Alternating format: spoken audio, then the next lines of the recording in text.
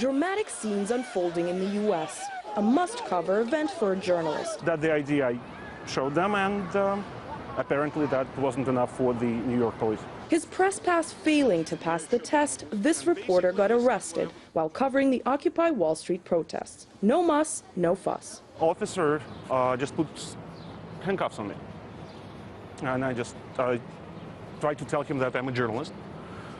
He pulled out my State Department accreditation and asked whether I have a New York police one.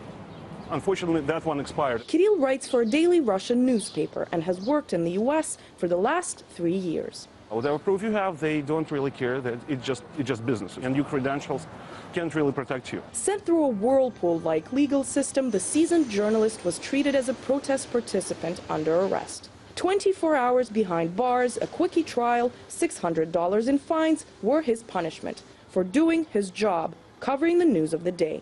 And then there were the 2 days of community service. They put you in a van, bring right over here to sanitation station, give you brooms, trash cans and shovels, and you're basically walking around, sweeping the streets, picking up the debris, paper, cigarette butts, whatever. Kirill is now on probation for 6 months. It is an outrage in a country that professes to have an undying respect for the freedom of the press to be, throwing reporters in jail. Okay, that's it, guys. Everyone got their shots. Let's go. But this case is not unique. Rather, it's part of a dangerous trend in the U.S. When you let the state control who is a journalist, that's just propaganda. Tim Poole is an independent journalist who has witnessed police reject press passes on a state-by-state basis throughout Occupy Wall Street protests. In New York, they don't care even if you have a press pass. I've watched a cop grab a journalist with his press pass, throw him to the ground.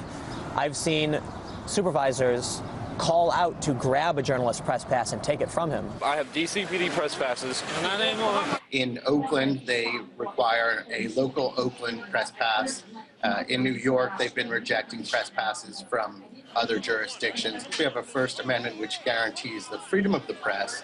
I mean, there is nothing in the law which allows police agencies to determine which press are legitimate press and which are not. Acquiring a press pass has also been sending journalists through a vicious circle, not of just paperwork, but guessing games of which state they might be in next to cover a story, a near impossibility in the fast-paced world of news. You have to prove that you've covered breaking news, but it's hard to cover breaking news when the police won't let you. So it creates this catch-22, takes several months. Finally, if they like the news you're making, they'll let you get a pass. She's a journalist! Arbitrary or unattainable press passes demanded journalists arrested for covering the news, the constitutional concept of media freedom under siege. I think we're slowly coming into a state of affairs where shooting a video camera is a lot more dangerous to the establishment than shooting a gun. Choosing to view his arrest as an invaluable cultural experience, Kirill treats it with humor. I got 2 articles out of my experience, so it's a pretty good outcome for me. Freedom of the press in America, a first-hand account. Anastasia Churkina, RT, New York.